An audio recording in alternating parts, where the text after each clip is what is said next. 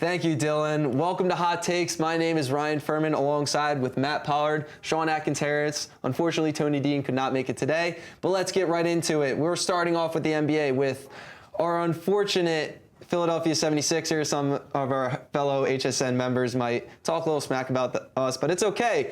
Bright side's looking up. Daryl Morey is no longer a part of the organization. Pollard, thoughts on his absence, on him leaving? I think it was long overdue. I mean, he's made a lot of choices, which I don't really agree about. The only thing I will give him is his draft choices. He made some good draft picks, but he gave McCain away for basically an empty jar of pickles, which is terrible. Yeah, I hope Josh Harris is next too, but Shawn? Yeah, I agree. Daryl Morey, it was terrible. Yeah, like you said, he did make some solid draft picks, but towards the end, drafting Jeremy came for like what, a bag of chips and some soda, like that. Yeah. That's terrible, man. Expired soda. Expired soda. Yeah, expired milk. Like, come on, what are we doing? So when we got that alert that he was going out of there, America's safe. I mean, it's a start. It's a start, but there's a lot that needs to happen with the Sixers. Yeah, like, I don't think Joel Embiid getting traded is the move. No. Who needs to leave? Who needs to leave? I mean, it's kind of hard because with Embiid and Paul George's contracts kicking in, I mean, the salary cap right now for us, especially because Josh Harris is, trying to dish out as much as he can to keep off the roster so he doesn't have to pay the tax. It's going to be difficult to work around, so I guess we'll see about that. Shawn, who needs to leave? Yeah, I agree with the contract issue, but playoff P needs to go. Like, playoff P, podcast P, Paul P, used to be PG-13, but he needs to go. I'm tired of this, like, he got my hopes up during the season. I'm like, okay, maybe this is the return of, playoff George, the real playoff Paul George we know. But towards the end, elimination game, just playing like the playoff P we all know and well, that's terrible. He needs to go. We need to figure out a way with his big contract to give him away, but Paul George needs to go, man. I feel like his signing felt very similar to James Harden, so I feel like we're all on the same page about that. We're all to give him some slack. There was like a virus going around, so he thought it was pandemic P again. I think that's what happened. All right, well,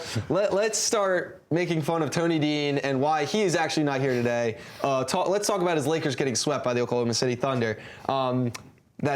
Pollard, thoughts on that? I mean, I tuned to the game last night for about 2 seconds, and I see Dylan Brooks with the ice out and smiling because he knew what was happening.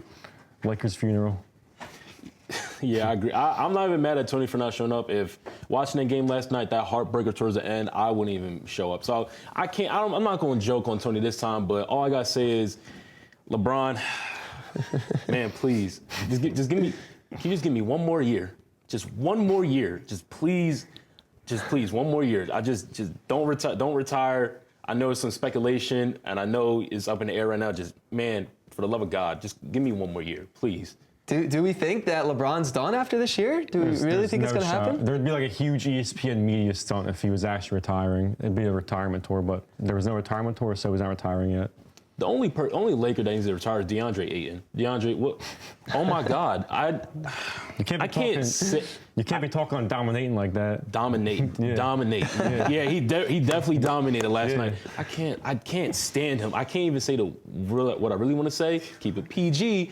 But DeAndre, please, if you either retire or request a trade to the Shanghai Sharks, like, please get out. You do not need to be a Laker. You do not need to be in the NBA. Please leave.